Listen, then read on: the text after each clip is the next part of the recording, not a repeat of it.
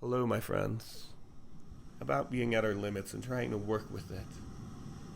I want you to think of a pot for a moment, like a really big cooking pot, like maybe like a 28-gallon huge pot. And it's filling up with water. Now, this pot can handle a whole lot of water, but at some point it gets full. And it's filled all the way to the brim. And now, this huge pot that has space for so much water is totally filled to the brim, such that if I poured even the tiniest amount of water in it now, it will overflow. It can't help but overflow. It is like that with our hearts, actually. Our hearts are vast. They can hold so much. I mean, take a moment to think about just how much you've been through and how much it's taken for you to get to where you are right now.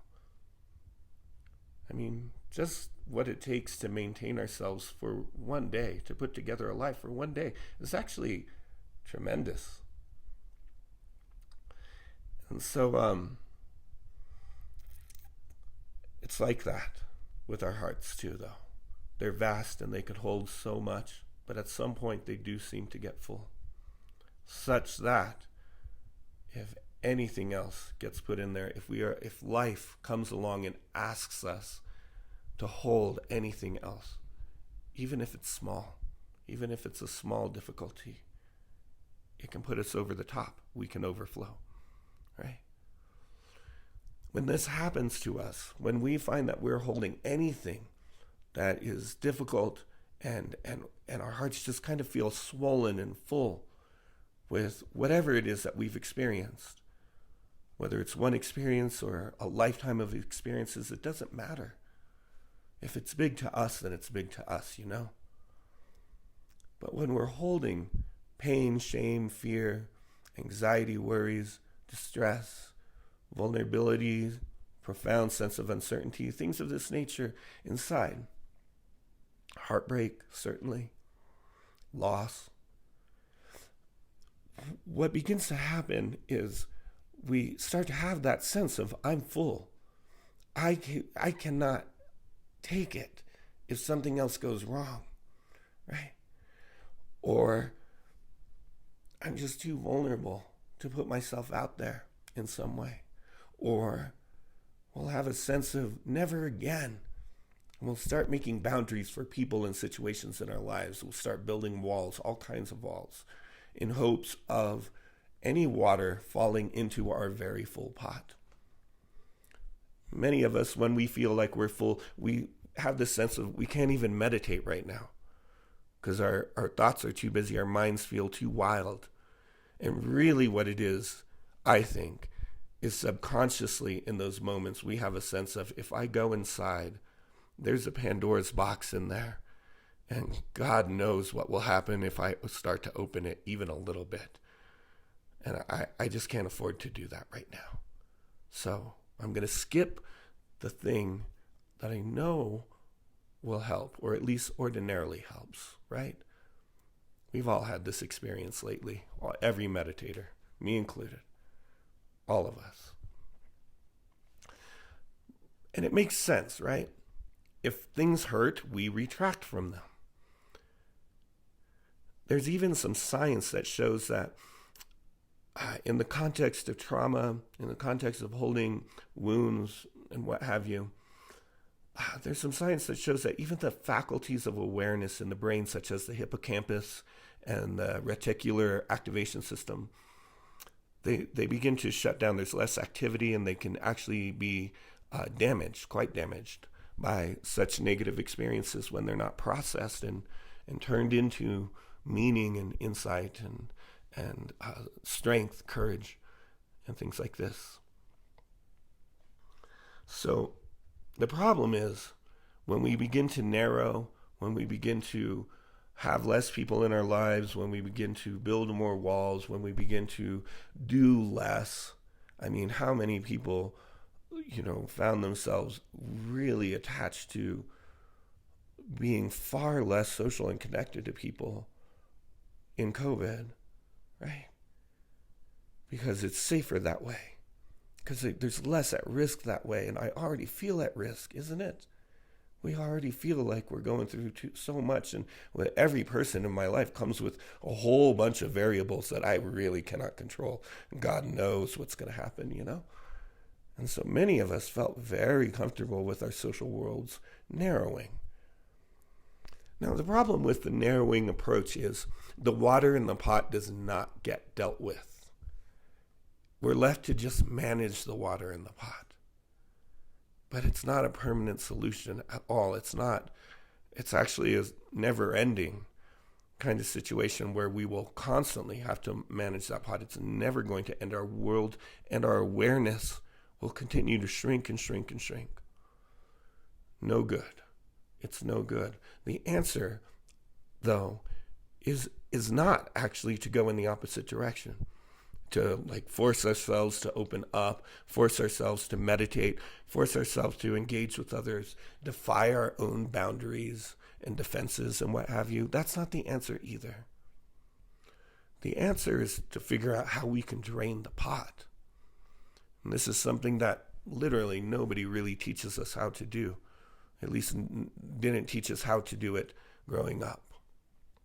Society does not teach us how to drain the pot. Society keeps throwing more water in no matter what. But there are ways to drain the pot. And that's the real answer here. That is actually when we figure out how to drain the pot, that is to process, masticate, metabolize, and utilize the emotional energy we hold inside. When we figure out how to do that, we actually literally become less vulnerable, less susceptible to hurt, less susceptible to overflow and freak out, less susceptible to panic attacks and depression, less susceptible to things going awry in relationships and what have you. All the things that we fear happening to us if one more thing comes along and breaks my heart.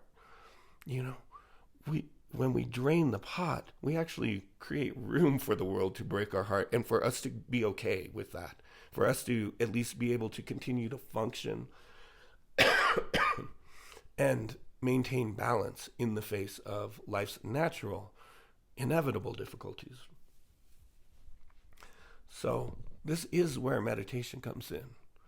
And in particular, though, not just following the breath, which is wonderful for stress relief and developing insight and all kinds of things. But following the breath for me is really just a beginning. It's a profound beginning, don't get me wrong, but there's more to the story for sure. But parts work in meditation can really help us drain the pot. Many people are getting turned on to parts work right now. My mentor, Richard Schwartz, just put out a brilliant book called No Bad Parts. It's sold out in 3 weeks or something ridiculous like that. And it's about the central practice in internal family systems, which if you know me at all, you've heard me talk about this, evangelize about internal family systems for what seems like forever now. But for those of you who don't know, parts work is a direct way of getting into self-compassion in the atmosphere of your own suffering, whether it's sadness or loneliness or anxiety or yet another fallout with a friend, or whatever it is, whatever you're going through, there's a method, there's a process, there's a step-by-step process, to finding self-compassion in those moments, which sounds impossible, right? Because in the moments that, let's say I'm really angry or really afraid, isn't it that I often feel like there's no way I could find space or compassion for myself in this moment. I'm too pissed off. I'm too freaked out. But that's not actually true. Again, our hearts are vast.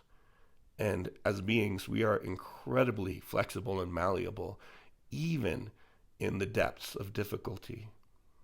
If you want evidence of that, you might want to check out Viktor Frankl's Man's Search for Meaning, right? This story of somebody who woke up to so many insights, so many potent insights about human nature and human potential while in a truly atrocious environment called the Holocaust.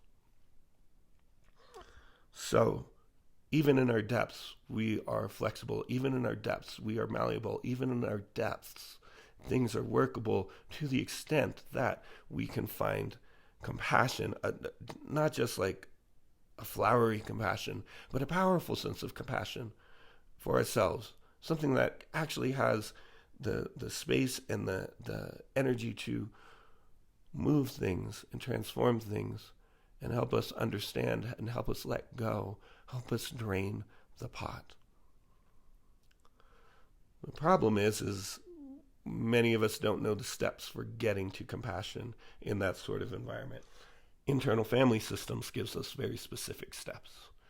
And it's kind of this remarkable thing that me and just about every therapist that works with IFS, we talk about it, how we cannot believe it actually works sometimes. Sometimes even leading somebody in a process for the very first time, we're like, oh God, is this really going to help? And then what starts coming out of the person that we're working with, right? What they start saying, what they start realizing, what they start experiencing, the shift in their emotions, the shifts long-term in their behaviors and in their lives and in their deeply held beliefs and what have you, start to shift in surprising ways. So internal family systems can help us drain the pot. And I want to tell you that there's a workshop. You'll walk away with the tools to be able to drain the pot on your own. It's a wonderful thing about IFS is you don't actually need a therapist present to practice it yourself. But you know what? I also hate commercials. I really hate, making these messages with the explicit intent of telling you about something that's coming up. I just want to help. Let's try some parts work right now, right here. We'll be here for several minutes, but not a terribly long time. And of course, if you're driving or something, please don't do this. But if you have a moment and you want to drain the pot, even just a little bit right now, you can take a seat, gently close your eyes, or just stare down at the floor and let your gaze go fuzzy. And take a few breaths. Come into being here with yourself.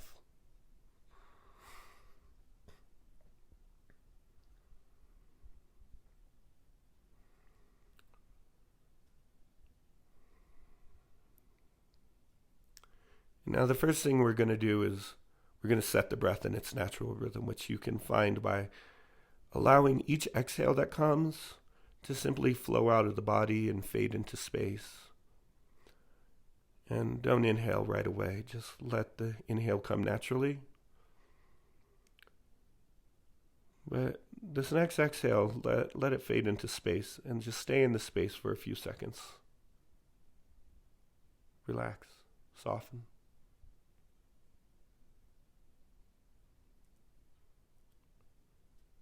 And then gentle inhale. And then another opportunity to soften into the space.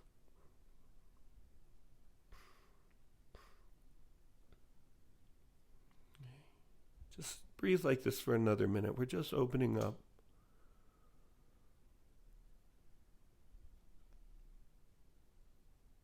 Opening up the mind, opening up the heart a little bit.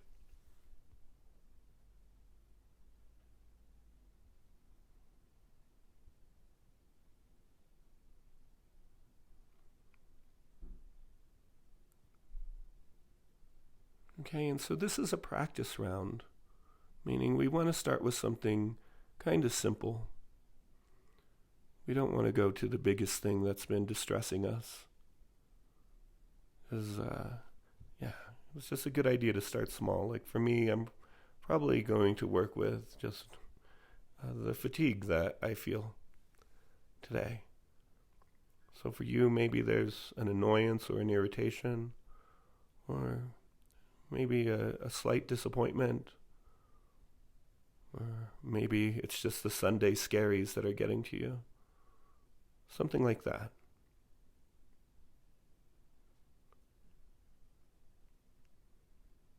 And so think of whatever that thing is, and you can run any mental stories or movies about that to allow the feelings to come.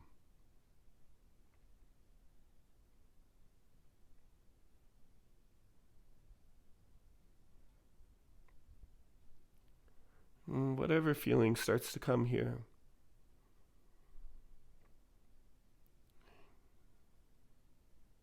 notice it in the body. Notice if it has a voice. If there's an image. Maybe label the emotion.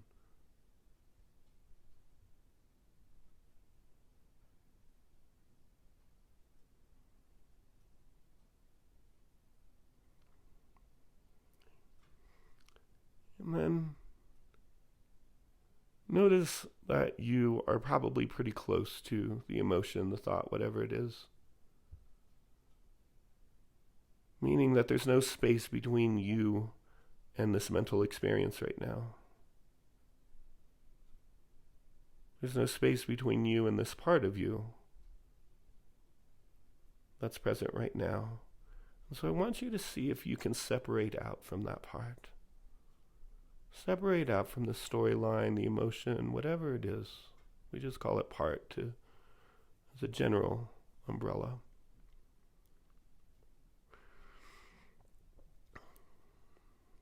But this part of you that's present, that's holding the story and these emotions, you're stepping back from them, not to get rid of them, but because you want to see them more clearly. It's like you're at a museum, actually, and your face is right up against a painting.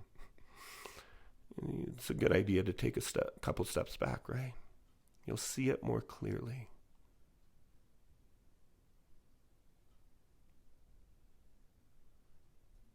Okay. And then ask yourself how you feel towards this part of you right now. Yeah. Do you like it? Do you hate it? Sick of it? Bored?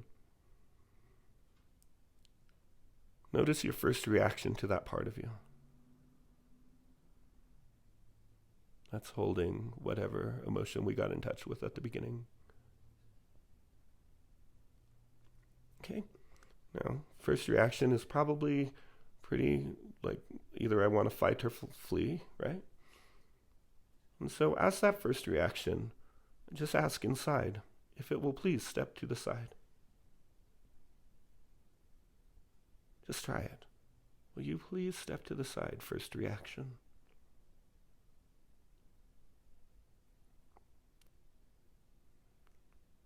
And then check in. How do you feel towards this initial part of you that we started working with now? How do you feel towards them now? Is there anything like friendliness or curiosity or openness, compassion even? If yes, then stay right there. But many of us, it's still no. I want to get away from this, or I'm judging it somehow. And that's okay. But ask your second reaction now. Ask inside. Hey friend, could you please just move over to the side for right now? I hear you, you matter.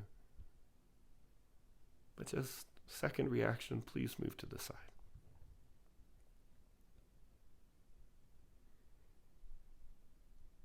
Okay. Now, most of us will have some sense of openness, a little spot inside that feels a little bit clear, present and open, where we feel like we might want to get to know the part of us we've been working with here. Now, if that's not you, you can continue the steps we were just doing, noticing your reaction and asking that reaction to step to the side. You might want to pause the recording and just work with that step for a while. But if there is some modicum, just even a sliver of friendliness or empathy towards your own emotional being, then this is good. From here, just express that empathy, that curiosity, that compassion internally, like you would to another person. You could beam it at them energetically. You could use words to say, I'm curious about you, or I'm here with you and I understand. Just try that, like you're talking to another person inside. Extend the empathy.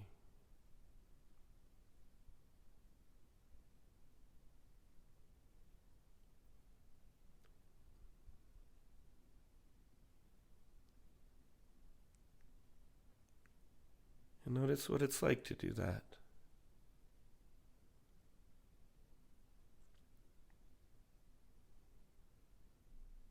Okay. It might be pretty nice to let difficulty and empathy,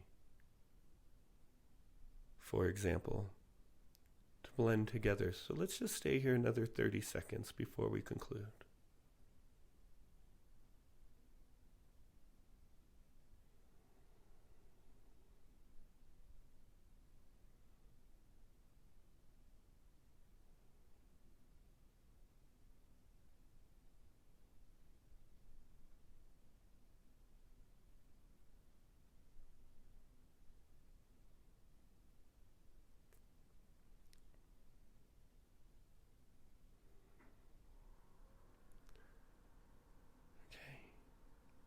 And then one trick is to see if you can stay right here, even though we're closing the meditation now. See if you can stay in that place of heartfulness with whatever it is that came up for you. Just see if you can stay in heartfulness, even as you open your eyes and you take a breath and you return to the room. Now, this is just a very brief introduction. There is a lot more. Once you're in a place of compassion and heartfulness with parts of you that are suffering or closed down or whatever it is, there's a lot of very specific technique and intelligent methods of self-inquiry that you can begin to apply to help things shift, to cultivate insight, and to further drain the pot so that, again, we become less vulnerable and more with an expanded capacity for handling the stormy seas that certainly lie ahead. You know, sometimes I think about meditation as disaster preparedness, kind of spiritual or psychological disaster preparedness. You know, we're making sure we've got our go box. In other words, we have the tools for what inevitably is going to come our way. That's just life. It's going to keep falling apart and coming back together and falling apart. So my hope for you is that you find some way, whether with me or Richard Schwartz's brilliant book, No Bad Parts, or some other way of continuing to drain the pot. There's lots of free resources that I have online, SoundCloud and Insight Timer and what have you as well. But whatever you do, just keep going. Just keep going. Don't give up on yourself. Don't give up on your practice. Whatever you do, don't give up on yourself or your practice. Because you matter so much, more than you can even fathom. And the habit of sitting with yourself and going inside every day, even if it's an absolute shit show, the habit of having that in your life, it's invaluable. It is invaluable in the truest sense of that word. All right. So lots of love, y'all. Thanks for tuning in. Thanks for letting me hold some space here. I look forward to seeing you all in some shape or form really soon. Lots of love. Take good care.